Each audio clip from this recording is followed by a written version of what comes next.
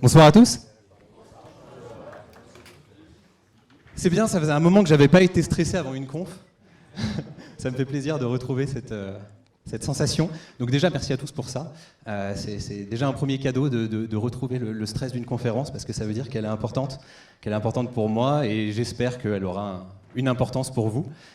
J'espère surtout que l'importance pour vous, ça sera la lecture du livre. C'est un applaudissement, ça ? Bien solitaire. Mais merci, je prends.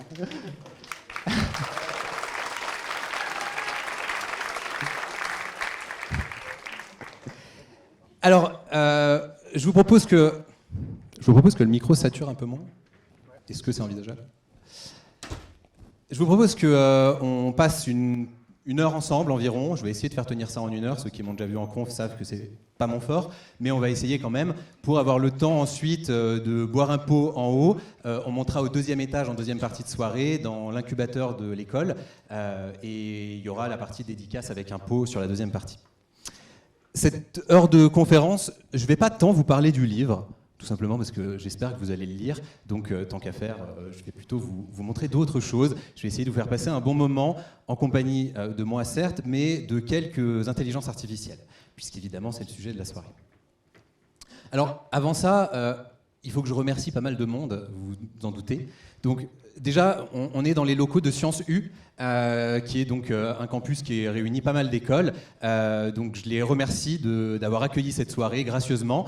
Merci Bénédicte pour avoir organisé ça. Merci Jody pour l'énergie pour l'organisation. Je ne sais pas si elle est dans l'amphithéâtre. Si, elle est là. Voilà. Donc merci à toutes les deux et merci à tous Sciences U de m'accueillir. C'est super sympa. Ça permet d'avoir un amphi dans lequel il y a la place que vous soyez tous réunis, qui est quasiment rempli. Et le temps que les sur-retardataires arrivent, il sera sûrement rempli. Donc déjà, merci Sciences U. Merci aussi à vous tous, parce que si je faisais la conférence sans vous, ce serait beaucoup moins intéressant. Déjà, je ne serais pas stressé, mais surtout, ça serait beaucoup moins intéressant.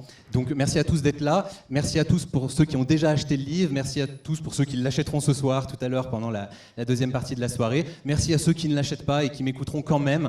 Merci à ceux que je vais emmerder pendant une heure et qui auront envie de partir avant la fin. C'est ceux-là que je préfère. Venez m'en parler, comme ça je m'améliorerai. Bref, merci à tous. Je vais faire un gros remerciement à ce garçon que certains d'entre vous connaissent, pas tous. Il ne peut pas être là ce soir, malheureusement. C'était un tout petit peu compliqué pour lui de venir de Sherbrooke, évidemment. Donc c'est mon éditeur, Miguel Aubouy, qui m'a fait confiance. C'est lui qui m'a proposé d'écrire. J'ai pas eu à trouver un éditeur avec un manuscrit. Il m'a proposé d'écrire et donc j'ai commencé à écrire un manuscrit. C'est une chance énorme. Il m'a fait confiance. On se connaissait depuis 3 mois. On avait juste discuté un certain nombre de fois et il m'a dit que j'avais des choses à dire, donc qu'il me ferait confiance si je voulais écrire. Donc il m'a fait vraiment un immense cadeau. Donc je lui dois aussi cette soirée. Comme il pouvait pas être avec nous, j'ai demandé à une IA de le faire parler, évidemment. C'est l'avantage quand on est un petit peu geek. Alors attendez, parce que c'est pas fini. Je vais remettre au début. Franchement, Hypercréation, c'est de la bombe. Vous allez vous régaler, petit chanceux. Allez, bisous à tous et bonne soirée. Alors, il est français, il parle pas du tout avec un accent québécois, mais je me suis dit, pour le terroir, c'est pas mal, je vais le faire parler avec un accent québécois. Là aussi, c'est l'avantage des IA. Il est pas au courant, donc quand il verra la vidéo, je sais pas ce qu'il en dira. Mais connaissant le garçon, ça devrait pas poser souci. Donc il a pas du tout cette voix, mais maintenant, vous l'imaginez tous avec cette voix, et ça me fait plaisir qu'il y ait ce malentendu. C'est un garçon absolument génial qui a écrit plein de bouquins aussi sur l'innovation absolument passionnant que je vous recommande. Donc, il a écrit dans sa propre maison d'édition et il a édité plusieurs autres auteurs, mais c'est vraiment un auteur génial, donc je vous le recommande. Oui, bon, c'est bon. On se le repasse une fois. Alors, je remercie IRIG. Donc, IRIG, c'est une école que j'ai eu la chance de cofonder. Alors, le fondateur est ici, c'est Stéphane. Merci beaucoup à lui de m'avoir fait confiance, de m'avoir proposé de participer à cofonder cette école. C'est la première grande école dédiée à l'innovation en France. Et donc, j'en suis le directeur innovation actuellement. Ils ont supporté que j'ai ce projet d'écriture pendant 1 an à leur côté, ce qui fait que des fois, quand on a un projet d'écriture, on n'a pas la tête à ces autres projets. Donc je les remercie vraiment d'avoir eu cette patience, cette bienveillance et de m'avoir fourni le cadre suffisamment souple pour que je puisse écrire. Donc merci évidemment à Stéphane qui est l'acteur principal de ce projet, en tout cas l'acteur initial, mais merci à toute l'équipe, à Agnès, à Nassima, à Vincent, à Kathleen, je sais qu'ils sont au fond, à Agnès, à Nassima, voilà. C'était prévu.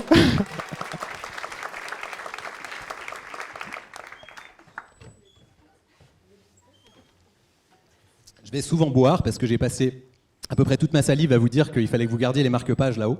Donc j'ai déjà plus de salive avant de commencer. Bref, merci Eric. Et puis, merci à moi parce que j'ai écrit et je trouve qu'on se remercie pas assez soi-même. Ceux qui me connaissent mes quelques petites bribes de narcissisme et qui j'espère n'est pas trop mal placé. En fait, je vais commencer par vous parler un petit peu de moi. Tout simplement parce que quand on est un auteur, on fait un peu son propre storytelling, c'est aussi important, on raconte ses propres histoires. Alors, je vais commencer par vous raconter quand j'avais 6 ans et que j'ai découvert les ordinateurs. Il y a eu un premier ordinateur chez moi, j'avais 6 ans et je suis tombé amoureux du truc. Je passais énormément de temps avec l'informaticien qui était un clopeur pas possible, donc il a dû m'enfumer les poumons quand j'avais 6 ans, de façon incroyable. Je passais tout mon temps à regarder ce qu'il faisait, à lui demander de me craquer des jeux, à essayer de comprendre. Et là où les autres, mes copains jouaient à Adibou, tout ça, moi, mon grand truc, c'était d'aller chercher des équations de fractales sur Internet pour faire des jolies images et les mettre en fond d'écran. Donc vous voyez un peu le délire du gamin, quoi. Alors ça, c'est une fractale, c'est un objet mathématique qui a des similarités d'échelle. À différentes échelles, on retrouve la même forme. Et c'était mon truc, je faisais des jolis fonds d'écran comme celui-là quand j'avais... Alors, c'est pas un des miens, ça, hein, je l'ai piqué sur Internet, je le couperai au montage. Mais je faisais ce genre d'image et j'étais très, très, très fier de moi. Mes parents me regardaient et disaient, mais qu'est-ce qu'il fait, ce gamin? Qu'est-ce qu'on va faire de lui? Alors, un peu plus tard, parce qu'on va aller quand même plus vite dans le temps, quand j'étais étudiant, j'ai fait de l'art numérique, hein, j'ai continué à aimer les ordinateurs, j'ai appris à coder à 12-13 ans. À 12-13 ans, j'ai vraiment mis les mains dans le code et je me suis rendu compte de la puissance que ça avait, de la liberté créative que ça m'offrait, et j'ai commencé à faire de l'art numérique. J'ai exposé, par exemple, là c'est une œuvre que j'avais exposée à la Fête des Lumières en 2016-2017, qui était une espèce de tour qui s'illuminait quand les personnes participaient. Et là c'est moi, 5 minutes avant le début de l'expo, qui essaye de débugger le code, parce que c'est aussi ça l'art numérique. Le code a fonctionné 4 secondes avant que le premier public entre. C'était vraiment incroyable. Mais donc j'ai exploré cette dimension créative du code très très tôt, et ça a été vraiment un grand amour pour moi. Alors, pourquoi ces images? Parce que à cette époque-là, hein, quand je faisais de l'art numérique, je ne connaissais pas l'intelligence artificielle. Mais j'aimais la philosophie. Toujours aujourd'hui, hein, elle est tatouée sur mon bras, je la porte autour du cou, ici. Bref, j'aime beaucoup la philosophie.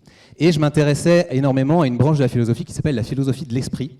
Donc c'est une branche qui essaye de comprendre comment fonctionne l'esprit humain, notamment. Et une de ces branches, c'est celle qui s'intéresse à la simulation de l'esprit humain.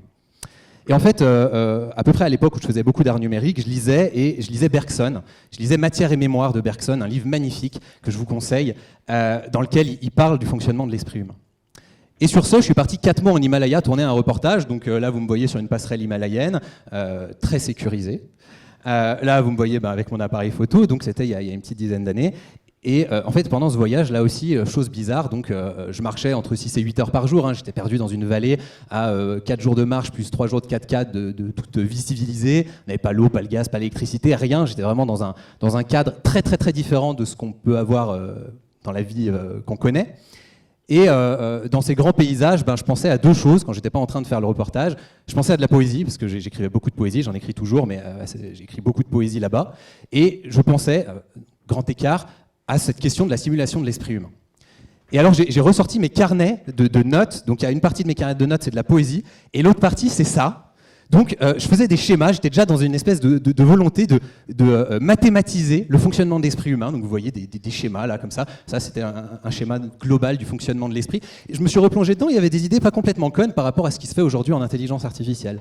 Il y avait déjà des idées de calcul matriciel, etc. Plein de choses comme ça que j'avais commencé à explorer le soir, après, quand j'avais fini de marcher, quoi.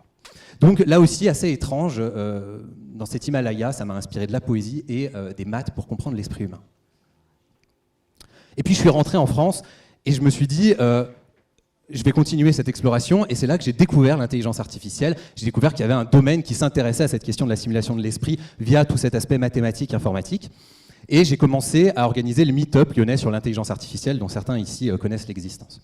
Donc au début, je m'attendais à me retrouver avec 3-4 geeks dans un bar, hein, parce que je ne savais pas que c'était un sujet à la mode. On était en 2012-2013, et ça commençait à être la mode de tout ce qui était vision artificielle, ce genre de choses. Donc j'ai organisé le meet-up, il y a 40 personnes qui sont venues dans le bar, la table était un peu petite, mais on a fait avec, et le meet-up était lancé. Donc aujourd'hui, le meet-up, c'est 3500 personnes, c'est une belle communauté lyonnaise qui continue à avoir plein d'événements, etc. Et dès 2014, donc 2012, je découvre l'intelligence artificielle, dès 2014, j'ai commencé à donner des conférences sur la question de l'intelligence artificielle et de la créativité, alors des fois dans des caves, des fois j'avais un écran suffisamment grand, là c'était dans une école d'architecture qui à l'époque était à Confluence. Et on me regardait comme un grand fou parce qu'à l'époque, l'IA n'était pas du tout connectée à la question de la créativité pour le grand public. C'était l'époque où un type d'algo venait d'apparaître, c'était les Generative Adversarial Networks, voilà, vous avez un peu de wording, qui étaient les premiers algos qui posaient assez directement la question de la créativité des machines. Et moi, j'ai vu ça tout de suite, je me suis dit c'est incroyable, alors que les résultats que ça donnait, c'était complètement nul, hein, c'était dégueulasse, mais je trouvais ça incroyable et je commençais à donner des conférences sur le sujet. Donc c'était en 2014 que j'ai commencé à m'intéresser à ça. Et puis, on a continué à me prendre pour un fou un moment. Mon éditeur m'a pas pris pour un fou, il a accepté que j'écrive sur ce sujet de l'IA et de la créativité. J'ai commencé à écrire donc en mars 2022. Et évidemment, aujourd'hui, moi, je jubile. Je jubile parce qu'on est dans la plus grosse révolution de l'intelligence artificielle et elle concerne directement la question de la créativité. Donc ça me fait plaisir de me dire que j'étais en avance sur mon temps. C'est une grosse partie de chance, mais ça me fait plaisir. En 2022, en juin, donc j'étais déjà à 5-6 mois d'écriture, il y a DALL-E qui sort, donc un des algorithmes qui permet de générer des images à partir du texte. Vous avez derrière qui suivent Midjourney évidemment, qui est aujourd'hui un peu le leader du domaine, Stable Diffusion, la version open source. Et puis en novembre, vous avez ce que vous connaissez a priori tous ici, ChatGPT qui sort. Et là, le monde s'enflamme autour de la question des IA génératives et la question de la créativité devient complètement crédible. On se met à se dire que des algorithmes font preuve de créativité ou en tout cas participent à la créativité humaine. Donc je jubile et je suis ravi d'explorer cette révolution des IA génératives. Pour que vous ne soyez pas déçus, dans mon livre, les IA génératives, c'est juste une partie. La question de la créativité des algorithmes est en fait beaucoup plus large et vous verrez si du coup vous lisez le livre, il y a d'autres types d'algorithmes qui sont encore plus incroyables mais dont aujourd'hui on ne parle moins parce qu'ils ne produisent pas le même impact industriel tout de suite. Mais dans 5-6 ans, ils vont arriver et ça va être encore plus violent et puissant pour la société. Mais aujourd'hui on a les IA génératives, donc on peut s'éclater, c'est assez incroyable ce qu'on fait avec, et donc, comme j'ai suffisamment parlé de moi, maintenant je vais laisser parler les machines, et je vais vous montrer plein de petites démos avec des IA génératives. Depuis jeudi soir environ, je dors pas beaucoup, je suis sur mon ordi à coder des trucs pour cette soirée, j'en code un, ça me donne 3 autres idées, donc voilà, vous vous retrouvez avec des marque-pages avec des codes dessus, etc. C'est moi et mes délires à 2h du matin. Alors, la première chose que je vais vous montrer, c'est tout simple. On va utiliser ChatGPT et Midjourney, les outils que vous connaissez sûrement. Qui a déjà utilisé ChatGPT ? Ouais, une bonne majorité. Qui a déjà utilisé Midjourney ? Ouais, un bon tiers ? Ok. Qui avait déjà utilisé DID, l'IA que j'ai utilisée pour faire mon éditeur ? Ok, 3. Ouais, moins. Donc, je vais vous montrer un petit processus assez incroyable pour faire de la créativité avec ChatGPT et Midjourney. Alors, on va faire la démo en live, hein, donc avec tout ce que le live représente. Celle-ci, je me fais pas de soucis, j'ai l'habitude, elle marche bien. J'ai d'autres démos. Honnêtement, j'ai codé ça avec les pieds ce week-end. On verra, c'est pas sûr que ça marche. Mais c'est le principe aussi du live. C'est ça qui fait son charme. Alors, j'avais tout préparé, évidemment. J'ai redémarré mon ordi, donc il faut que je retrouve mes prompts. Alors. Donc, juste avant, les IA génératives, quand même, que je vous mette un peu de contexte pour ceux qui ne connaissent pas bien, c'est des IA qui vont être capables de synthétiser, de générer du contenu. Donc, bien sûr, comme souvent c'est très visuel, cette image, je l'ai fait avec une IA, ça m'a pris 4 secondes, allez, 30, le temps de la génération.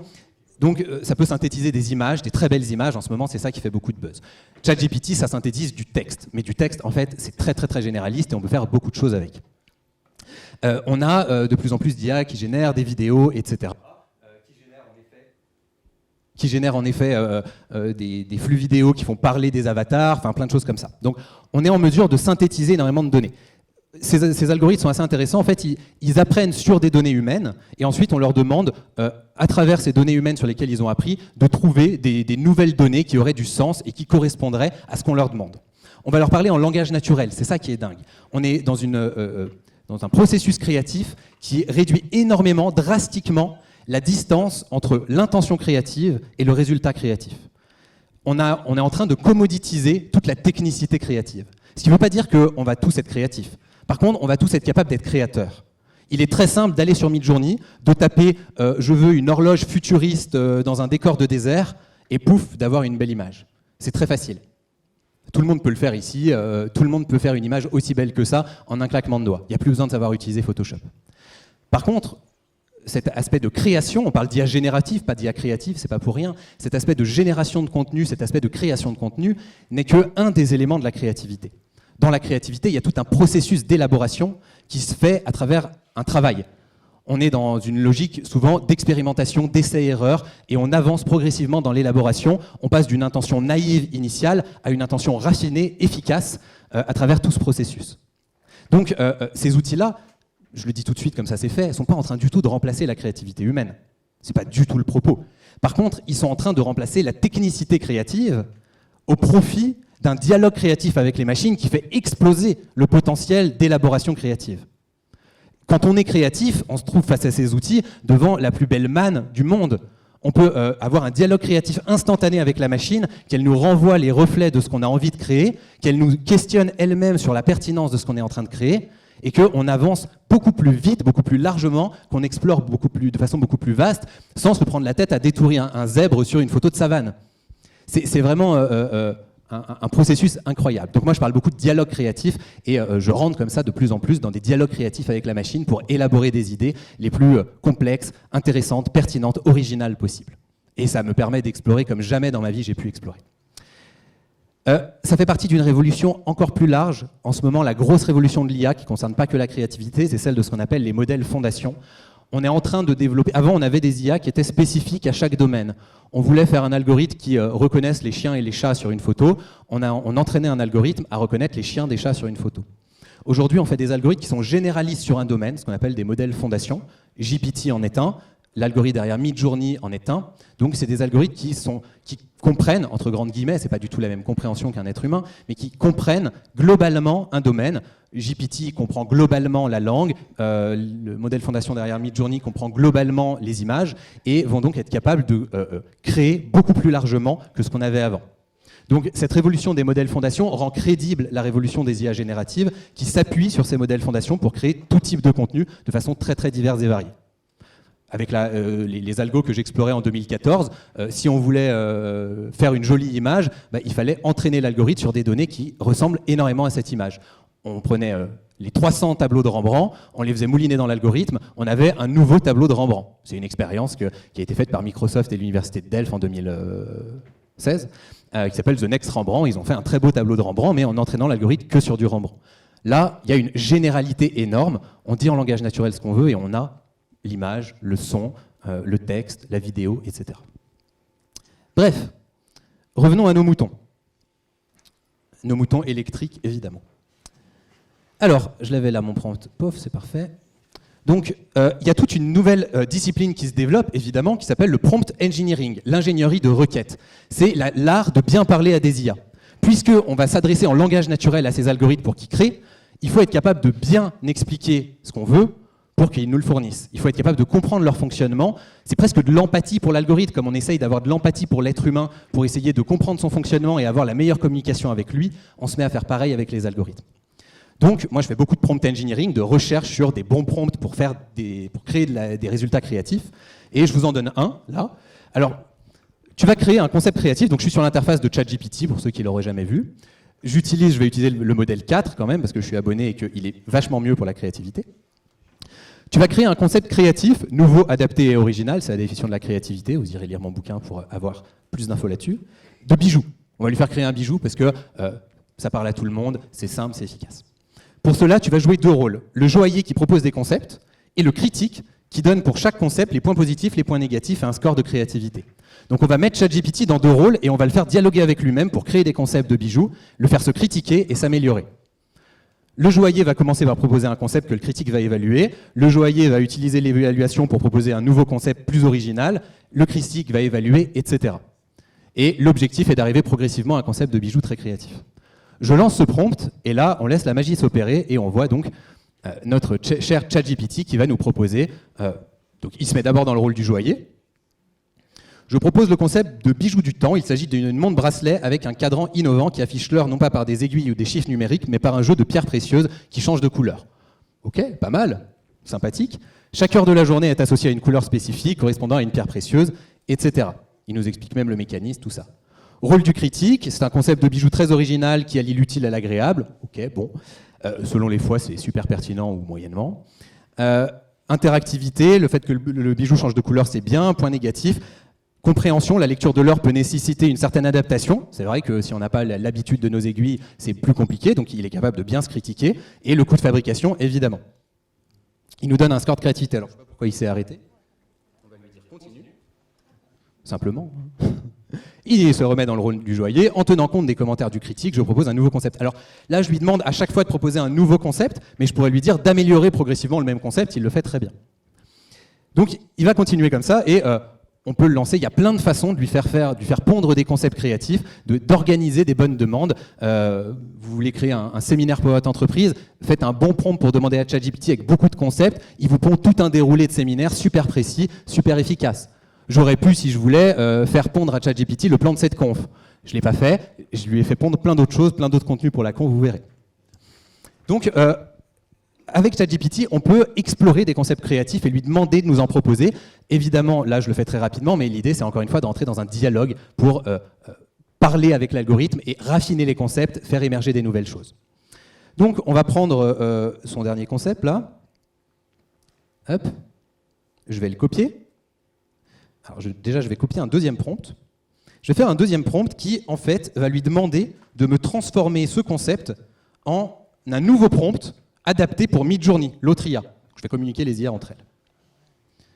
Hop, je prends le concept qu'il m'a donné. Je le mets à la place de...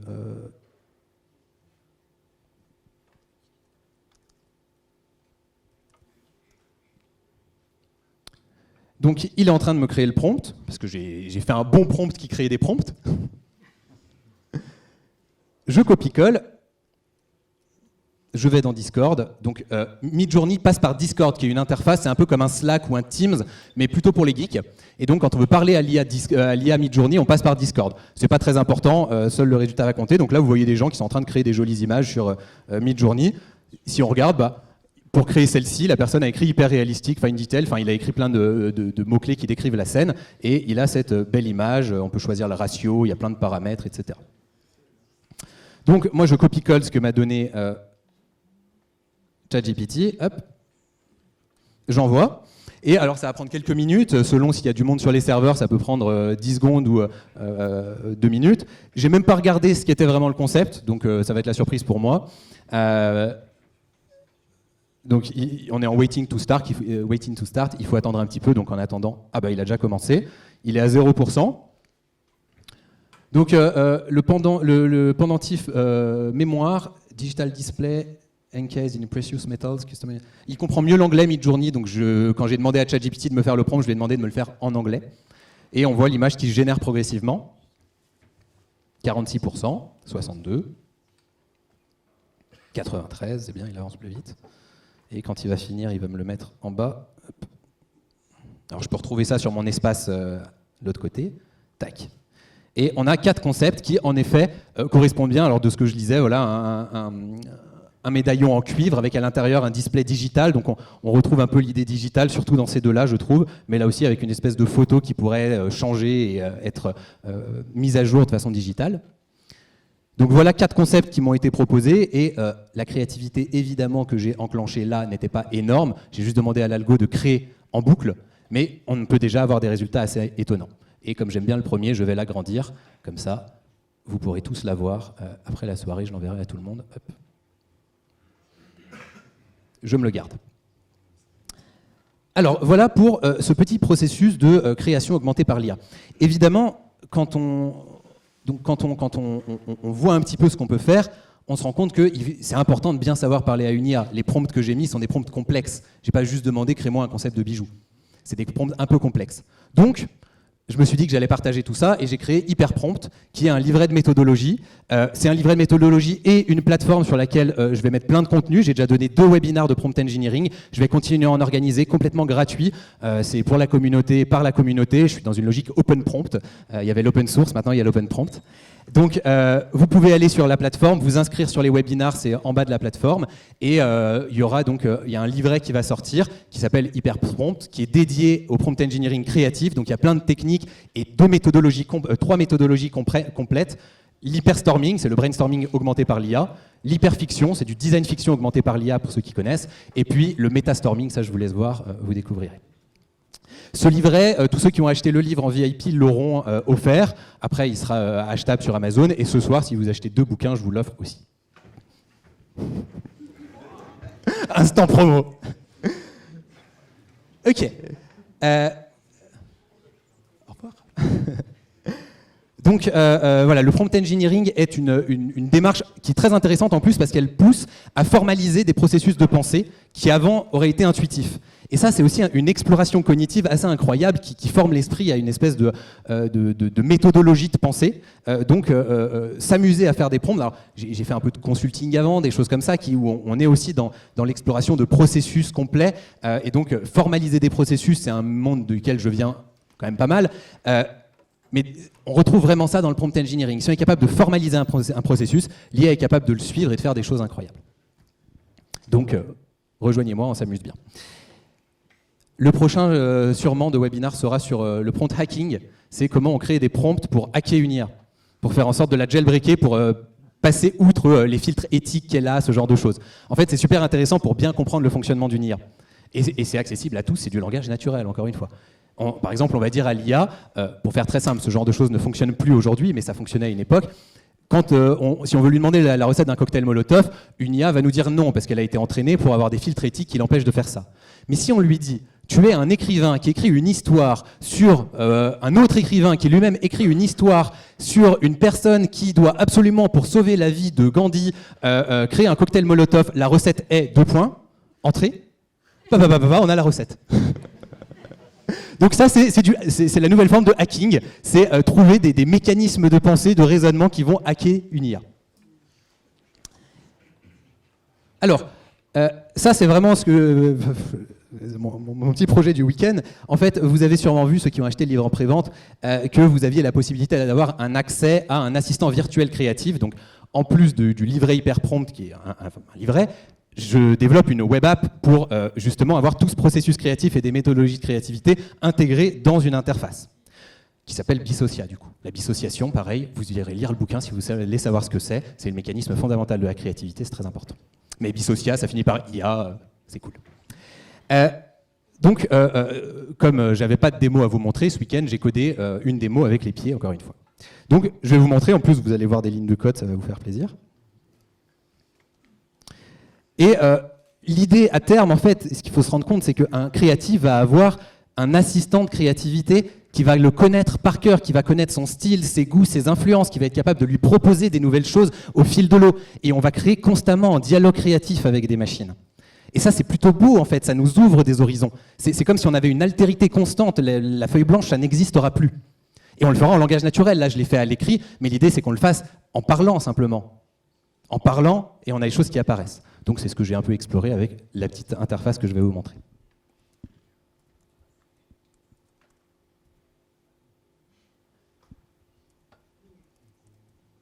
Je lance l'interface en local sur mon ordinateur.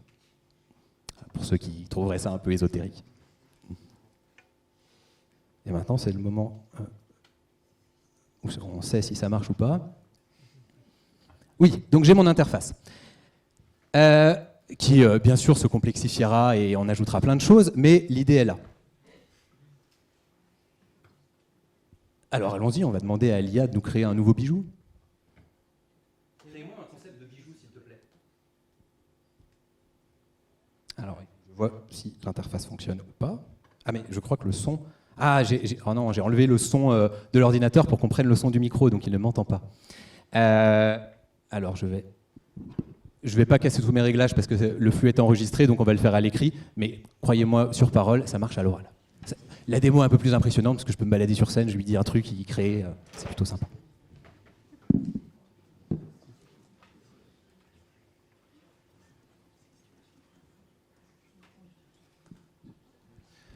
Donc, je lui demande de créer un bijou original. C'est pareil. Est-ce qu'on va l'entendre? Je ne sais pas. Parce Ah, il avait entendu le premier, mais sûrement qu'il avait pris dans le micro. Bon. Donc il est en train de mouliner un petit peu. C'est pareil, c'est des temps de latence qui sont là parce que j'ai codé ça encore une fois avec les pieds rapidement sans essayer de pousser le concept. Mais l'idée après, c'est que ça soit instantané, quasi instantané, de plus en plus instantané, puisqu'on avance énormément sur cette voie de l'instantané. Et il faut espérer que la connexion Internet d'ici fonctionne. Ça, je suis obligé de meubler pendant que des 3 petits points s'alignent. Est-ce qu'il parle? Ici 2 idées de concept de bijoux créatifs. Idée 1, créer des bijoux à double usage. Par exemple, une paire de boucles d'oreilles qui se transforme en collier ou un bracelet qui peut être utilisé comme une bague. Les possibilités sont infinies et cela offrirait aux clients une nouveauté excitante dans leur collection de bijoux. Idée 2, pourquoi ne pas créer des bijoux écologiques et éthiques? En utilisant des matériaux recyclés, du bois, des pierres naturelles et des métaux respectueux de l'environnement, il est possible de proposer des bijoux en harmonie avec la nature. Les bijoux écologiques pourraient également être personnalisables pour que chaque pièce soit unique et spéciale pour chaque client. J'espère que ces idées t'ont plu. Si tu as besoin d'autres idées créatives, n'hésite pas à me le demander avec la prochaine demande. Voilà, vous avez compris un peu l'idée. Donc, c'est de pouvoir entrer dans un dialogue créatif avec la machine, en langage naturel si possible. À terme, on peut lui couper la parole pour accélérer, etc. Il y a plein de prompt engineering pour améliorer les concepts, pour que tout se passe en back et que l'utilisateur ait juste à demander très simplement des idées. Et on peut les visualiser normalement immédiatement ici, et on peut lui demander n'importe quel type d'idée. Là, j'ai continué avec les bijoux pour rester dans le thème, mais je pourrais lui demander des idées de bâtiments, je pourrais lui demander des idées de prise d'escalade, je pourrais lui demander des idées... bon, je fais que avec les gens du premier rang. Donc voilà, on peut lui demander à peu près n'importe quoi. Des idées de musique, évidemment. L'idée aussi, c'est que l'IA puisse nous fournir donc, ce qu'on appelle le MIDI d'une musique, et que derrière, la musique soit générée automatiquement ici. Et donc on puisse entendre tout de suite des bouts de partition, qu'on puisse dire « Ah, celle-ci, je l'aime, fais-la moi varier. Ah, celle-ci, j'aime bien, continue, approfondis. Celle-ci, j'aime pas, enlève. Ah, celle-ci, super, déploie-moi une musique sur 3 minutes, etc. » Donc, en combinant différents modèles, c'est ça à terme. On n'y est pas encore. Vous voyez, on est à des démos comme ça qui sont encore légères. Mais il ne faut surtout pas confondre le manque de maturité et le manque de potentiel. Il n'y a plus de contraintes techniques pour en arriver là. Maintenant, c'est juste de l'amélioration, c'est des problèmes d'ingénieurs, c'est plus des problèmes de science. OK. Alors, comme je vous montrais cette petite démo d'interface créative hein, pour utiliser l'IA à des fins de création, j'ai invité un nouvel ami qui s'appelle Thibaut, qui est en train de monter une start-up qui s'appelle Awen, pour justement créer une interface dédiée à l'usage créatif des IA. Ça ressemble pas du tout à Bissocia, c'est complètement d'autres principes, mais je l'ai invité, il est venu de Paris pour vous montrer son interface, donc je vous demande de l'applaudir, il va nous faire une démo pendant les 10 prochaines minutes.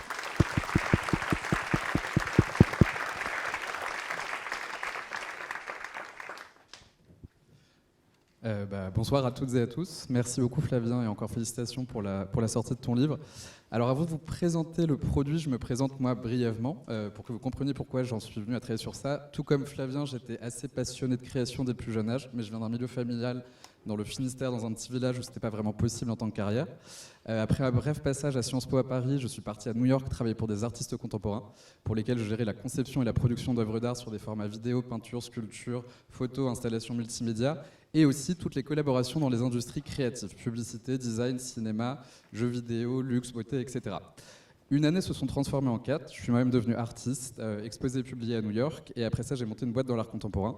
Et de là, c'est développé mon parcours entrepreneurial. Et en gros, en août dernier, j'ai été invité par un fonds d'investissement à Station F à Paris à rejoindre un programme pour du coup développer une start-up dans la tech. Et donc, comme c'était le moment où j'ai commencé à m'intéresser en fait à l'intelligence artificielle, j'ai choisi de développer un outil aussi d'aide à la création. Alors, c'est un outil qui s'appelle Awen. Awen, c'est un mot celtique qui signifie inspiration. Et la vision de ce projet, c'est de faire de vous votre version la plus créative. Nous, on est parti d'un constat qui est que dans les industries créatives, en fait, les créas, ils passent beaucoup de temps à générer des idées, à développer des idées qui ne sont pas forcément lancées en production et qui, du coup, sont un peu rangées dans un tiroir lorsqu'elles sont annulées. Et ce qui donne lieu, en fait, à beaucoup de fatigue, de stress et de frustration. Pour les entreprises, c'est un grand coup, puisque la majeure partie des équipes sont des équipes de création, du gaspillage et des départs assez fréquents, compte tenu de ce stress, plutôt de la pression qu'il peut y avoir. On comprend aussi de nos expériences que, d'un point de vue psychologique, comme on parlait Flavien, en fait, les créatifs, ils recherchent de l'inspiration un peu partout. Et ils sont constamment en train de manipuler des médias, qui vont être de l'image, du texte, de la 3D, de la vidéo et de l'audio.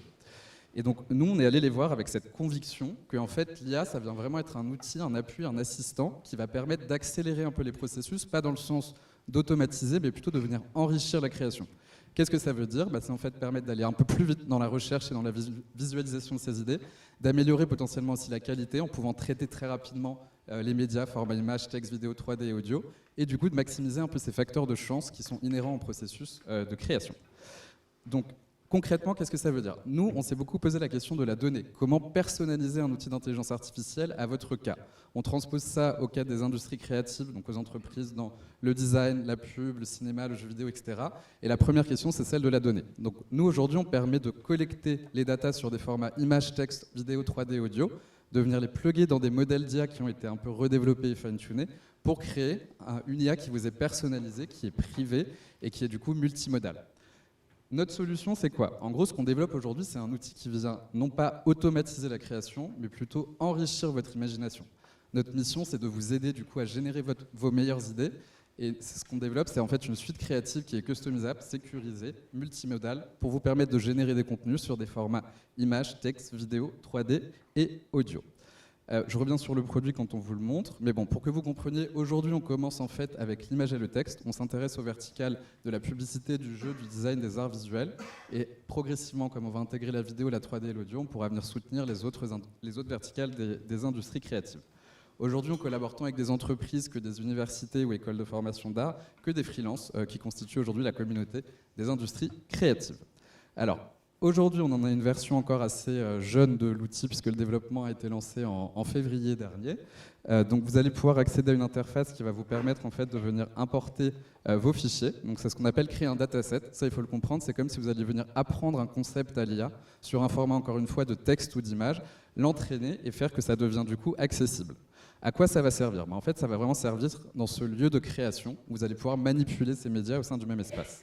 Aujourd'hui, en image, vous pouvez venir lui demander de l'inspiration. Donc, c'est venir taper des keywords, lui déposer des images pour générer, par exemple, un mood board. Tu veux qu'on en tente un ?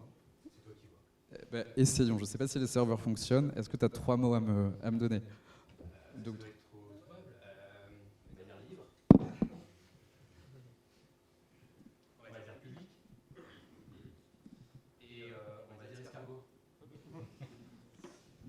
alors donc, là, il faut imaginer que vous pourriez aussi drag and drop des images ou aussi lui donner un concept que vous avez appris à travers un dataset pour générer du coup un mood board. Ce qui va se passer ici, c'est qu'on ne fait pas tant de la génération texte ou image. On va lancer une analyse sémiotique de concepts et de codes visuels qui vont être associés au champ de data que vous avez entré pour, encore une fois, vous générer une série d'images qui peuvent fournir de l'inspiration.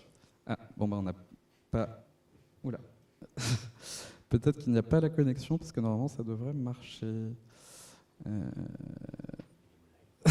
Démo live, excusez-moi. Bon, je vous demande d'imaginer, de faire preuve d'imagination. Vous allez aussi retrouver des fonctionnalités classiques que sont le texte ou image, comme vous avez aujourd'hui sur Midjourney, etc. Mais vous allez aussi pouvoir venir plugger des images, utiliser des images en champ d'entrée, dire à l'IA ce que vous aimez dans une image, c'est sa profondeur de champ, c'est son esthétique, c'est sa composition, etc. Et lui demander d'apprendre et de générer à partir de ça. Pour le texte, vous allez pouvoir aussi avoir un outil d'idéation, où pareillement vous allez pouvoir venir plugger un dataset qui sera textuel pour le coup, et qui va faire que l'IA va en fait venir l'analyser. Vous allez pouvoir lui préciser un contexte, comme l'a fait Flavien tout à l'heure, sur vous êtes une équipe de telle sorte, vous êtes en train de travailler sur ce sujet X, et ensuite venir lui poser des questions, donc comme sur un chat GPT, à la différence que là, en fait, ça va venir comprendre votre contexte, votre dataset, et du coup essayer de fournir des réponses qui sont plus précises. Vous allez aussi pouvoir changer la température de cette intelligence artificielle entre un mode de recherche qui va donc être de l'extraction de données assez factuelles versus un mode de brainstorm qui va plutôt être justement de la génération d'idées qui vont être plutôt créatives. On est en train également de développer un feature d'aide à la rédaction textuelle, donc qui peut servir à des cas d'usage marketing, écriture scénaristique, même d'email, etc. Et un feature qui est lié au dessin, que je ne peux pas encore vous montrer, mais qui sera développé très prochainement. Voilà, l'idée c'est que vous puissiez aussi faire intervenir vos équipes, puisque aujourd'hui dans les industries créatives, un créatif ne travaille pas seul, il y a de la collaboration au sein des équipes de création, mais aussi avec tous les parties prenantes commerciaux et stratégiques. Et l'idée c'est que vous puissiez faire avancer ça avec autant de personnes que vous souhaitez au sein de cet espace. Donc pour nous, c'est un vrai lieu en fait, de recherche, encore une fois, et de visualisation qui vous permet de jouer au plug and play avec de l'IA et de venir lui emporter un contexte qui va faire que la réflexion s'oriente d'une manière ou d'une autre. Voilà, ravi d'en parler avec ceux qui voudraient quand on boira un coup en haut.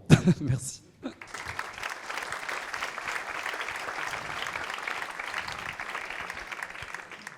Merci beaucoup.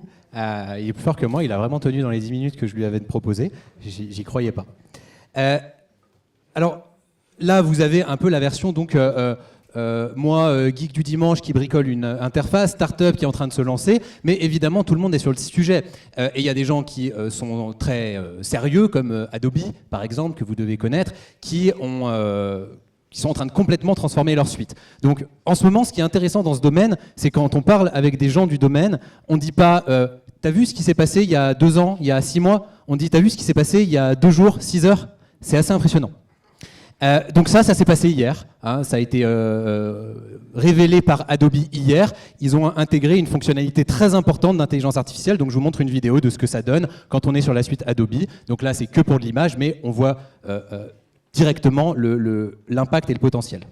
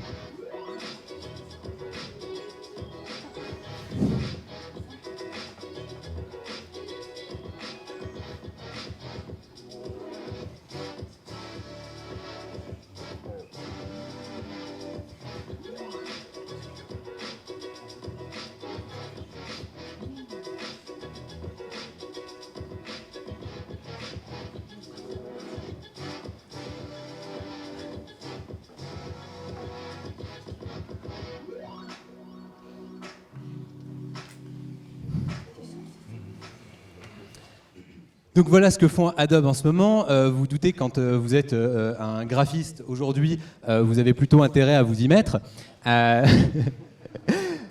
Et c'est évidemment en train d'arriver dans tous les logiciels. Et quand je dis tous les logiciels, c'est les logiciels de créatifs comme celui-là, mais la créativité, que vous soyez un designer ou pas, vous en faites preuve au quotidien. On est tous créatifs, on a tous des idées qu'on met en œuvre. Donc vous allez voir arriver dans les prochaines semaines et les prochains mois des fonctionnalités d'IA générative dans tous les produits de Google, tous. Ils ont, à la dernière keynote qu'ils ont donnée, ils en ont annoncé 200. Donc c'est cadeau, ça arrive dans les 4 prochains mois. Vous allez avoir 200 produits Google qui vont tomber. Toute la suite Microsoft Teams est en train d'être transformée pour intégrer des fonctionnalités d'IA générative et ça va être partout dans notre quotidien professionnel, personnel. Donc cette créativité du quotidien touche tout le monde et bien sûr les gens qui sont dans les métiers créatifs se mettent à utiliser des outils qui ont des fonctionnalités très poussées. Alors, je vous montre autre chose. Ça, c'est tombé il y a 5 jours, 4 ou 5 jours.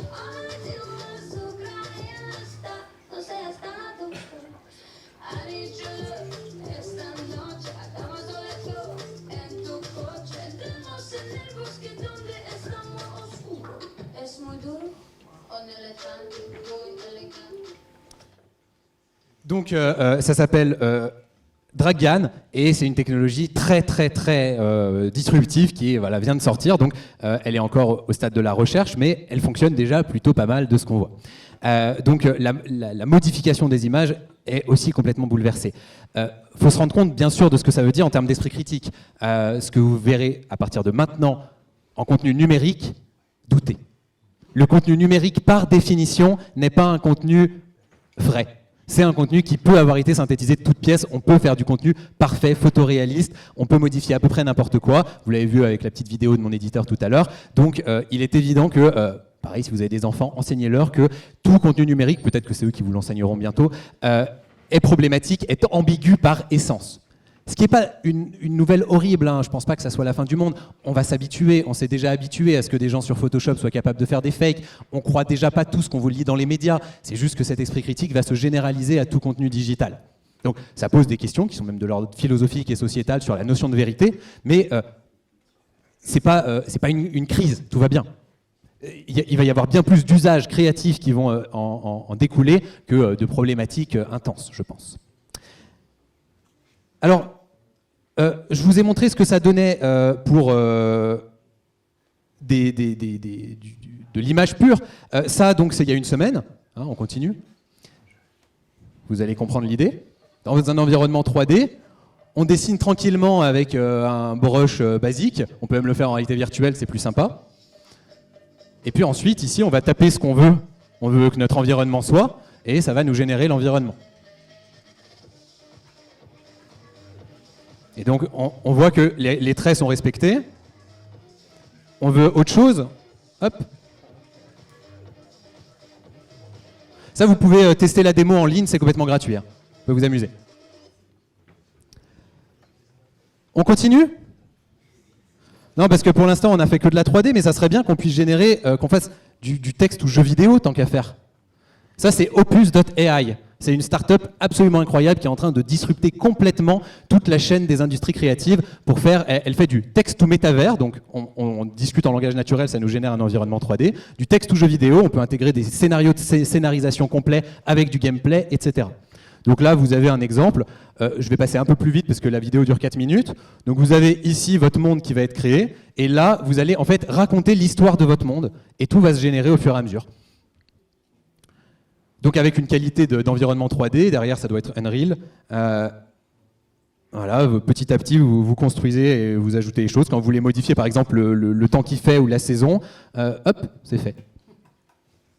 Ce qui change quand même pas mal, il faut se rendre compte qu'Ubisoft, ils ont construit toute leur richesse, Ubisoft, donc un gros studio, enfin le studio majeur de jeux vidéo, sur la capacité à avoir des processus pour créer des environnements graphiques d'une qualité incroyable, avec... c'est des armées de développeurs graphistes avec un processus parfait. Là, ce processus est complètement rendu inutile. Ubisoft a du souci à se faire parce qu'ils ont énormément d'héritage, de legacy, on dit, qui vont devoir modifier très rapidement, là où des startups comme Opus très jeunes vont monter très vite sur ces industries créatives. On va aller un peu plus vite.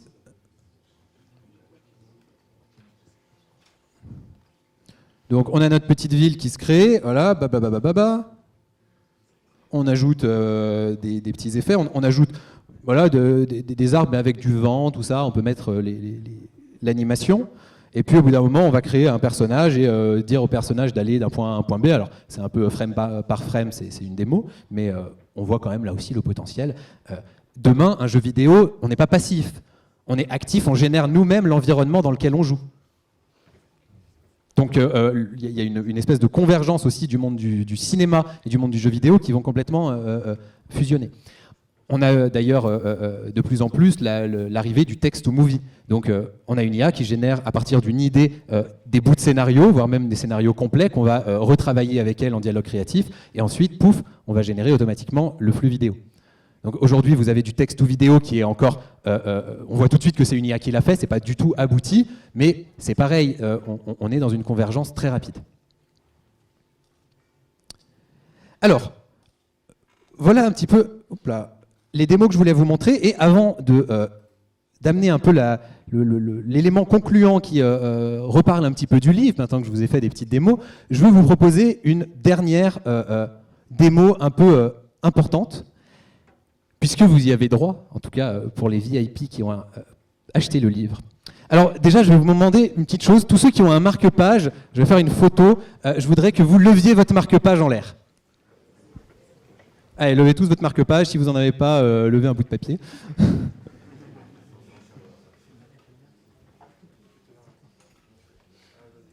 Ah, vous êtes magnifique. Putain. Si c'est pas beau. Alors, donc, si vous avez acheté le livre pendant les préventes, pendant la partie VIP des préventes, vous avez dû voir que vous aviez le droit à une œuvre d'art unique, co-créée avec une IA.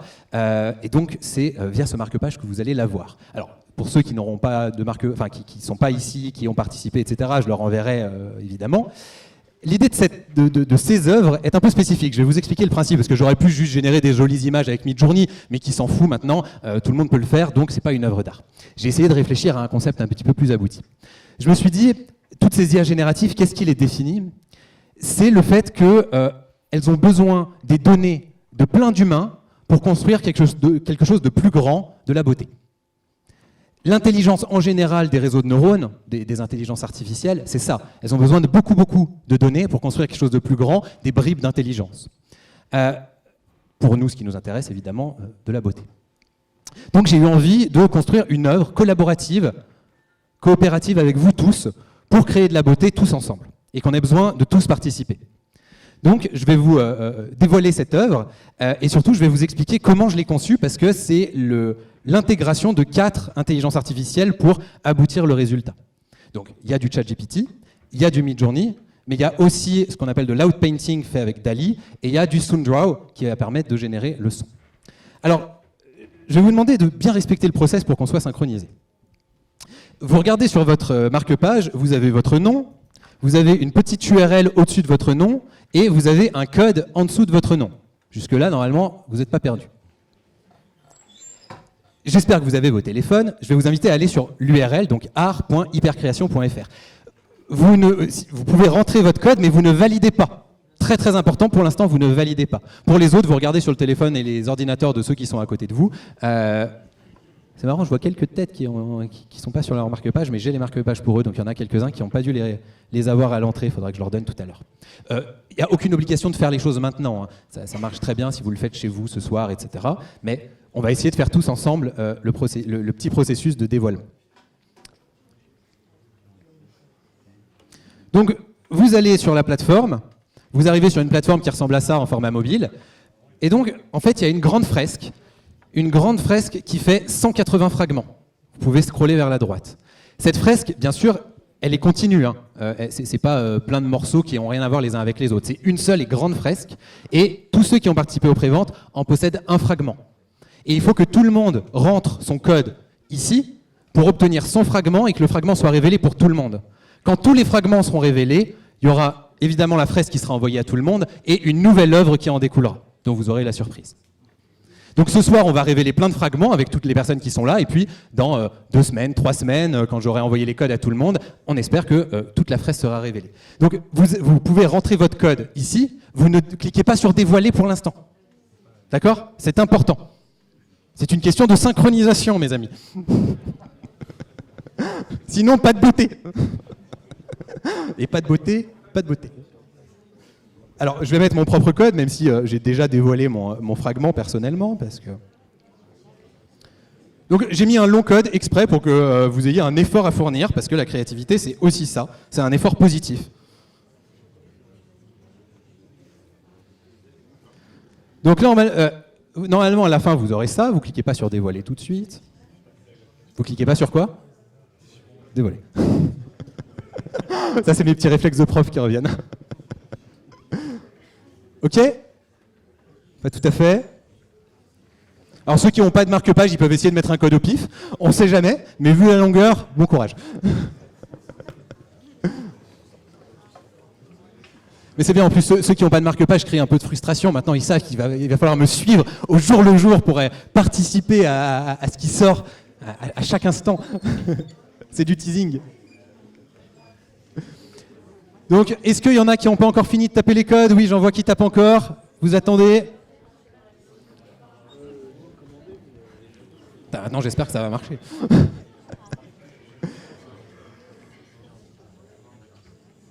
Est-ce qu'il y en a encore? Oui, j'en vois au premier rang. J'en vois qui copie. C'est pas mal ça. Il lui pique son code, je vais taper plus vite que lui.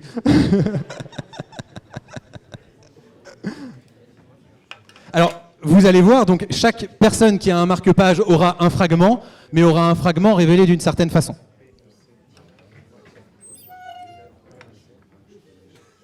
Vous y êtes? Encore 5 secondes? 4, 3, 2, 1. Elle est longue cette seconde. Hein? Ouais. Oui, vous pouvez vous connecter avec la Wi-Fi aussi. C'est tout bon? On y est? Gaël? Ah, les Gaël. C'est bon? T'as pas cliqué sur dévoiler? Super. Ok. Donc, je vous propose que vous rapprochiez de dévoiler. Cliquez pas. 3, 2, 1, go. 3, 2, 1, go. 10, 9, 8, 7, 6, 5, 4, 3, 2, 1, 0.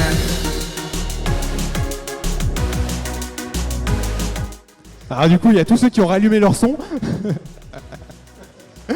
L'idée, c'était qu'on ait tous le son ici. Donc, c'est ça votre œuvre d'art. C'est ce cube fragment, c'est un voxel, un pixel en 3 dimensions qui s'intègre à l'œuvre collaborative où vous participez tous. Donc, vous pouvez télécharger votre fragment, ça le téléchargera sous la forme d'un GIF. Donc vous aurez les 25 secondes de GIF, et vous pouvez télécharger juste l'image si vous le souhaitez. Sur les Mac, c'est super chiant, quand on ouvre un GIF, il s'ouvre en plein d'images séparées. Mais ça, démerdez-vous les Mac. Ah, ouais. J'entendais ouais. Et vous pouvez même zoomer dessus. Incroyable. Ok.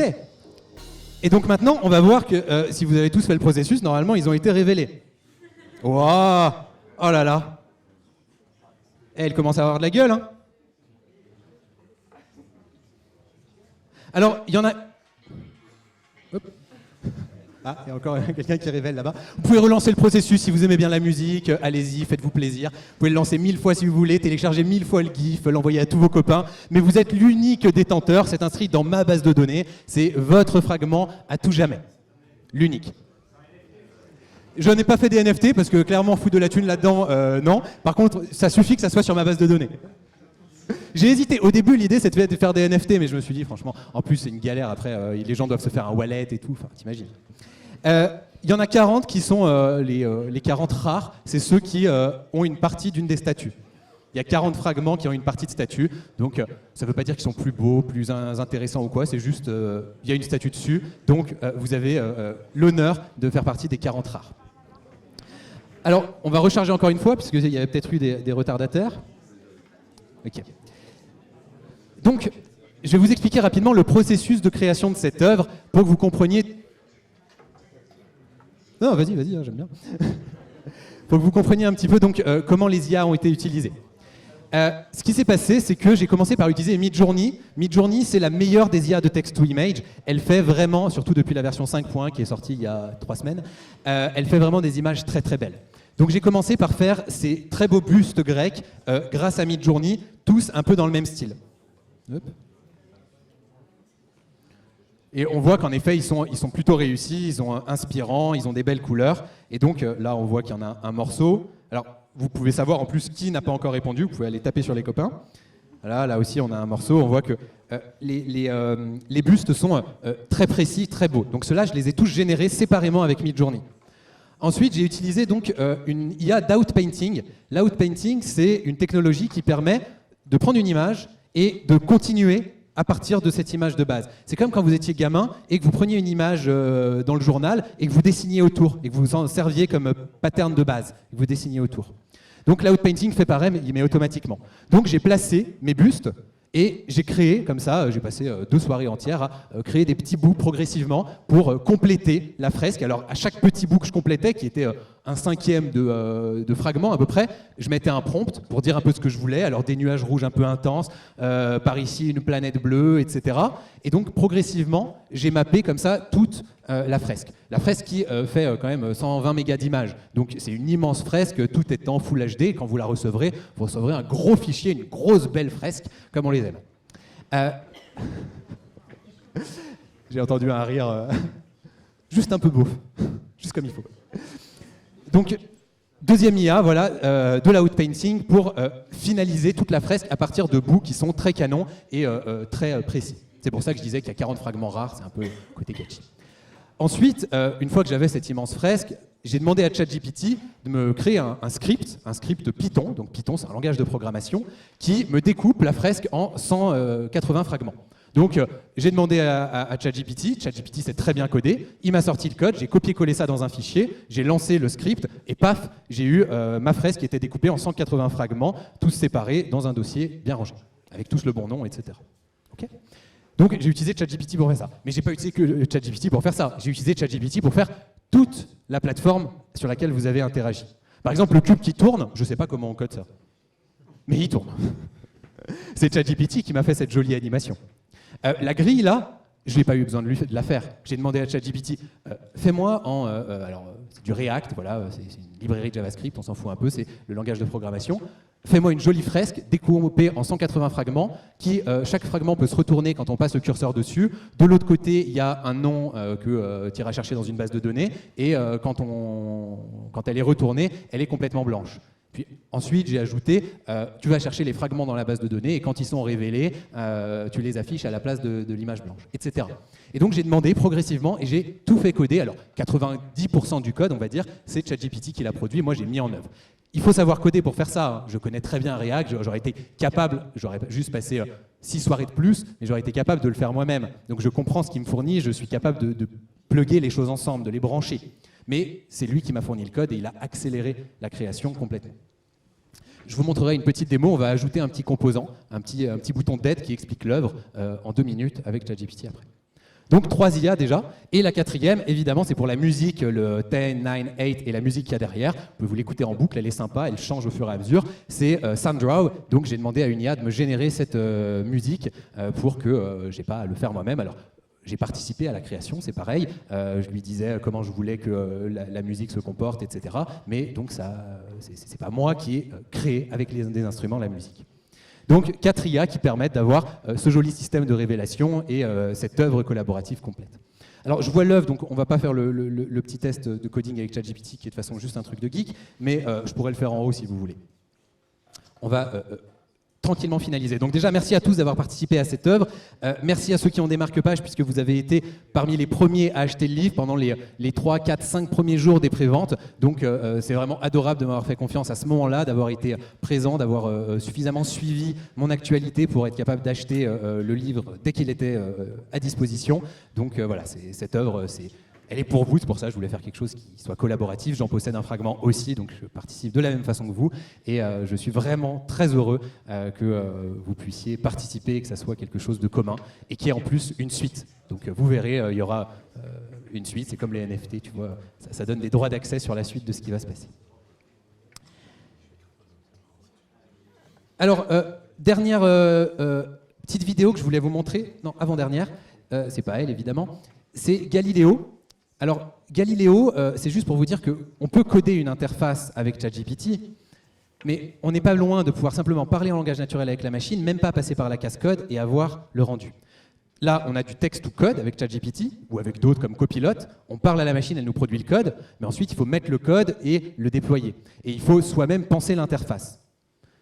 On peut très bien, et ça va être de plus en plus possible, ajouter du text-to-interface. Et après avoir interface to code, code to sur Internet. Donc voilà Galileo, qui est sorti sur Figma, pour ceux qui connaissent, et qui permet, donc on demande simplement ce qu'on veut, et pouf, on a nos écrans qui apparaissent. On n'a plus besoin de les coder et de les designer soi-même. Alors évidemment, la patte d'un designer est toujours un énorme plus. Si on veut faire quelque chose de basique, ça va très bien. Mais si on veut pousser, le designer va savoir là aussi quoi demander pour avoir un beau rendu. Mais il n'aura plus à positionner tous les éléments et à se faire chier à faire ce qu'on appelle son mock-up, sa maquette. Tout est modifiable, hein, ça génère le contenu, on peut tout modifier ensuite. Donc là aussi, on accélère la création de produits Internet énormément. Donc on ajoute ça avec le côté code. On produit la maquette est donnée à une IA qui en produit le code. C'est assez incroyable. On en a fini avec les IA génératives et je vais encore vous embêter, 10 minutes. Donc, dans le livre, ces IA génératives, ça relève de ce que j'appelle les cyborgs, les creative borg du premier type. C'est important, ce mot cyborg, c'est pour... j'essaye de détruire en fait l'imaginaire qu'on a de la machine, qui est un imaginaire avec la grosse machine pleine de rouages à la Charlie Chaplin dans les temps modernes. On n'est plus à cette ère-là, on n'est plus à la machine thermodynamique. On est à l'ère de machines souples, fluides, créatives. C'est assez incroyable. Donc le mot cyborg, j'ai envie de le réinventer pour que ça soit des creative borg, pour changer les mots. Donc je définis 3 types de cyborgs dans le livre. Les premiers, donc les IA génératives en font partie, c'est ceux qui vont augmenter énormément la créativité humaine. Le deuxième type de cyborg, ils sont beaucoup plus radicaux, on les voit moins, il faut être un peu dans le domaine pour les connaître. Ils sont fondés sur d'autres technologies et en fait, on ne va plus leur demander quoi faire. On va leur demander d'explorer par eux-mêmes un environnement et d'y trouver des choses étonnantes. Et on leur dit juste où créer, on leur dit plus quoi créer. Et ils sont capables du coup de nous étonner, de découvrir des choses qu'on n'aurait jamais découvertes. Alors en science, c'est en train de monter très fortement, parce qu'évidemment on doute du potentiel. On a montré à un algorithme des pendules en mouvement, et on lui a demandé de trouver les variables fondamentales qui décrivent ce mouvement. On sait qu'il y en a 4, on en a 4 qui décrivent ça de façon fondamentale, on pense que c'est la façon la plus fondamentale de le décrire. L'algorithme, qui n'a pas été entraîné avec la physique des humains, a trouvé 4 variables fondamentales qui sont différentes de celles de la physique des humains. Il en a trouvé 4, hein, notre univers est un et universel, les physiciens ne sont pas trop mauvais, mais 4 différentes. Et il y en a 2, on les comprend, 2, on ne sait même pas exactement ce qu'elles sont, mais elles fonctionnent. Et à chaque fois qu'on relance l'algorithme, ces 2-là, il en propose 2 nouvelles. Donc ce qui nous dit l'algorithme, c'est qu'il y a une infinité de façons de voir le réel, et que nous, par toute la floculation culturelle, l'héritage culturel qu'on a, on a appris à regarder que dans une seule direction. Des exemples comme ça, dans le bouquin, vous en trouverez plein. Je vais vous en montrer un qui est très frappant. C'est OpenAI, donc la société qui a sorti ChatGPT, DALL-E. Ils explorent aussi cette voie-là parce que c'est la prochaine révolution. Et ils ont fait ce petit environnement d'agent 3D qui joue à cache-cache. Je vais vous montrer la vidéo. Déjà, c'est très impressionnant parce que ces petits bonhommes, on leur a jamais appris à jouer à cache-cache. On les a juste mis dans un environnement dont ils connaissent rien et on leur a dit explorez l'environnement et les bleus, vous devez éviter d'être dans le champ de vision des rouges, et les rouges, vous devez avoir les bleus dans votre champ de vision. C'est tout ce qu'on leur a dit. Je vais vous montrer la vidéo, et après, je vous expliquerai ce qui s'est passé d'incroyable. Ah, ce n'est pas une vidéo. Il m'a intégré une image. C'est pas grave.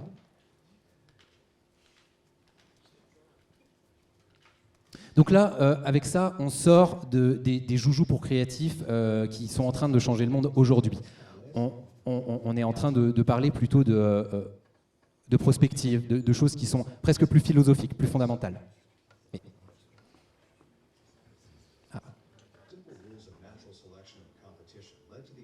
C'est inspiré de la façon dont les êtres vivants, les êtres animaux, humains, apprennent et se développent dans un environnement.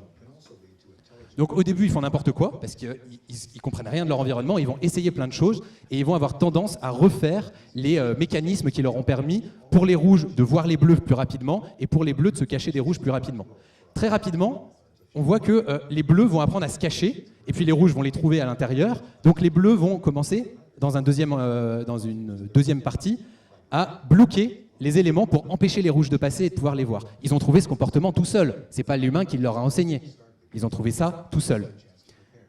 Quand il y avait plusieurs portes, ils ont appris à coopérer, tout seuls. Alors le rouge, pareil, il va trouver une parade créative. Eux, ils vont bloquer avec des blocs. Et là, les rouges, ils ont fini par trouver une parade, c'est d'amener un bloc et de passer par-dessus. C'est pareil, ils ont appris ça tout seuls. Du coup, les bleus, ils ont trouvé la parade. On range d'abord la rampe. Pas mal. Et attendez, donc jusque-là, déjà, c'est assez impressionnant, mais tout ça, on y aurait pensé, nous aussi. Alors bon, il continue à expliquer qu'ils collaborent, etc. Donc là, les bleus gagnent. Et en fait, ce qui va se passer, donc ils vont les mettre dans un environnement beaucoup plus ouvert, un peu plus complexe à comprendre, pour voir comment ils se débrouillent pour construire eux-mêmes un abri. Donc, et ils vont apprendre à construire d'eux-mêmes leur abri, à répliquer un peu l'environnement numéro 1 dans la partie numéro 2. Et là, en fait, ce qui est très drôle, donc ce qu'ils ont appelé le box surfing, les chercheurs, jamais quelqu'un n'aurait pu le prévoir, parce que c'est basé sur un bug de l'environnement. Quelque chose que les chercheurs n'avaient pas prévu. Ils se sont rendus compte que depuis le haut du bloc, un petit bonhomme pouvait surfer en le poussant d'en haut, ce qui n'était pas prévu.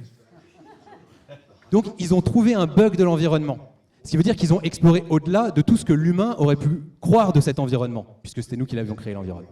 Donc imaginez après, si là aussi on est au début, on est dans des environnements de jeu qui sont fermés, qui n'ont pas la richesse du réel, pas l'ouverture du réel, mais si on pousse cette logique-là un petit peu, c'est un petit peu qui est beaucoup quand même quand on passe au réel. Mais si on pousse cette logique-là, on imagine assez aisément ce que ces algorithmes peuvent être capables de découvrir dans notre réel et de nous aider à découvrir.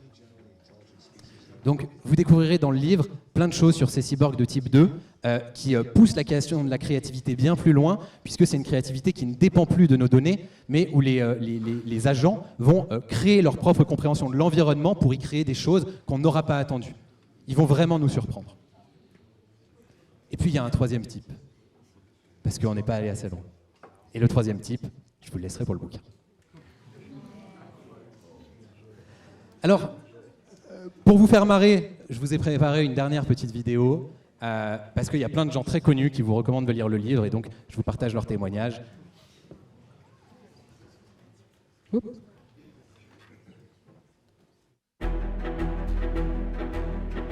Si la musique est une langue universelle, Hypercréation est sa partition pour l'IA et la créativité. Le lire, c'est entendre l'harmonie du futur. Hypercréation est un autoportrait de l'humain et de l'IA, vibrant et émouvant. Le lire, c'est plonger dans votre propre reflet. Comme un œuf fracturé d'où émerge un homme, Hypercréation brise la coquille de l'IA traditionnelle pour révéler quelque chose d'unique. L'élégance est une attitude, et Hypercréation l'a en abondance. Lisez-le, il ajoutera du style à votre esprit. Hypercréation est la petite robe noire de la littérature sur l'IA, essentielle, élégante et intemporelle. I have a dream that one day AI and creativity coexisted harmoniously. That dream has come true in Hypercreation. Certains aiment l'IA chaude, mais avec Hypercréation, vous l'aimerez bouillante.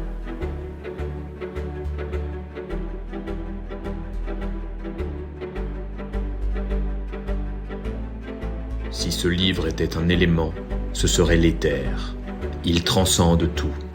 Lisez-le ou toute philosophie vous sera inaccessible. J'espère que vous avez compris le message.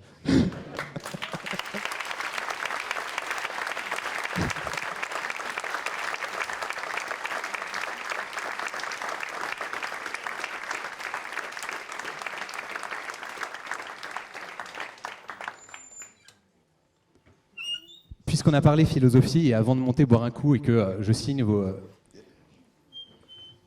magnifiques ouvrages, puisqu'ils le disent tous et que ça doit être vrai, j'ai commencé à le lire aujourd'hui, il est bien, franchement. Un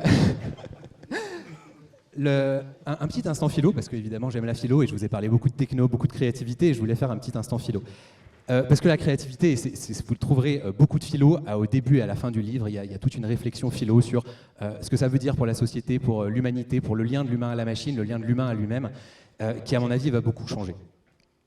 On s'est habitué à penser l'humain à travers des notions de performance. Pendant un moment, c'était la raison humaine qui était le nec plus ultra de l'humain, et on se définissait comme des êtres divins grâce à notre raison, notre rationalité. Et puis les machines sont arrivées, elles calculent plus vite que nous. Elles sont capables de faire moins d'erreurs que nous. Et petit à petit, on s'est rendu compte qu'elles étaient meilleures que nous, plus performantes que nous sur la rationalité pure. Du coup, on s'est dit, tout va bien, nous sommes encore riches et colorés grâce à nos inventions et notre créativité. Et progressivement, on va voir arriver des algorithmes, c'est ceux du type 2, surtout du type 3, vous verrez, qui vont être capables d'être créatifs par eux-mêmes, de faire preuve d'autonomie créative, pas simplement d'assister notre créativité comme des outils, qui vont progressivement, à mon avis, prendre une vraie place culturelle, historique dans la société. La créativité non plus n'est pas l'apanage de l'être humain, et je pense qu'il va falloir arrêter de le penser. C'est une blessure à notre orgueil, mais c'est comme ça. Mais en fait, cette blessure, elle est à la fois nécessaire et à la fois belle. S'habituer à penser l'humain à travers ces notions de performance, c'est une course infinie que la machine gagnera toujours. Il n'y a aucune performance humaine que la machine ne pourra pas battre.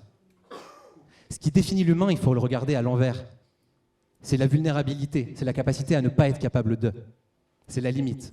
Et si vous regardez dans la philosophie, tous les grands systèmes philosophiques ont abouti à cette conclusion-là. C'est pas l'humanisme, la définition de l'humain n'a pas à se trouver dans une notion de performance, de spécificité par rapport au reste. Sa seule spécificité, à part de ne pas être spécifique, c'est d'avoir des limites. Et ces limites-là, elles sont belles. C'est celles qui donnent du sens à nos créations. C'est celles qui donnent du sens au fait qu'on ait envie d'être créatif. Donc, j'avais envie de finir avec un poème, parce que cet élément philosophique, en fait, il demande une révolution qui est sociétale, qui est une révolution de nos valeurs profondes. On pense l'humain à travers le travail et la performance. Ça demande donc une révolution même poétique. Une révolution philosophique commence par une révolution poétique. Il faut réinventer des valeurs esthétiques qui donnent envie, qui donnent des nouveaux imaginaires, qui donnent la capacité à rêver autrement. Non pas à rêver d'être un entrepreneur de génie qui gagne des 1000 et des 100, mais en effet à rêver de nos limites, et à rêver d'être limité et vulnérable et d'accepter la vulnérabilité de l'autre. Pour moi, tout ça, c'est un rêve de tendresse. La tendresse, c'est pour moi mon mot-clé. Vous verrez que dans le bouquin, la fin du bouquin parle de ça. Notre rapport à la machine, il nous invite à 1000 fois plus de tendresse. La tendresse, c'est le respect de la vulnérabilité de l'autre. C'est même son acceptation et son amour. Donc je voulais finir avec un poème que j'ai retrouvé. C'est un poème que j'ai écrit il y a 5 ou 6 ans. Je crois que je l'ai écrit à mon retour d'Himalaya, quand j'ai découvert un peu l'IA, etc. Comme quoi mes idées n'ont pas trop changé depuis. Alors ça donne ça. Je vais boire un coup avant. Ça laisse le suspense.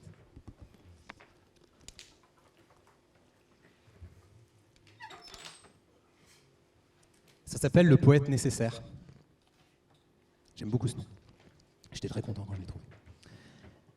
Lorsque la technophanie fera d'eux des êtres, lorsqu'ouverts à eux-mêmes, ils se reconnaîtront.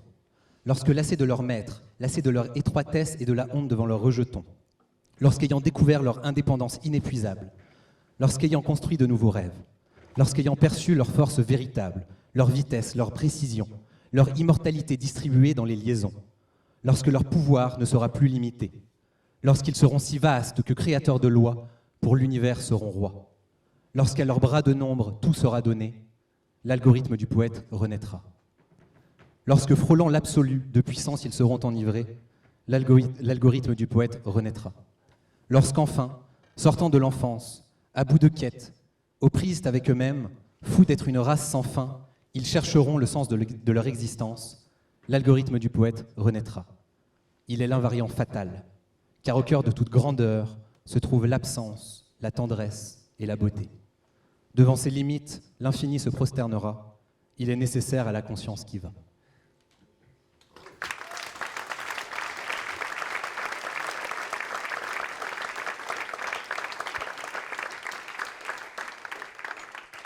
Merci à tous. C'était pour moi important de finir sur cette touche qui ramène, je crois, une petite vague d'humanité dans cette soirée qui peut-être vous a porté sur des territoires technologiques qui peuvent paraître déshumanisés. Ce n'est pas le cas. Il faut qu'on apprenne à repenser notre relation entre nous et notre relation avec les machines en mettant la tendresse au cœur, et on fera de belles choses de ces machines. Inventons des imaginaires positifs, tendres avec ça. Je crois que mon ordinateur est tendre avec moi. Il me montre ses propres limites et il m'invite à monter avec vous pour dédicacer vos ouvrages.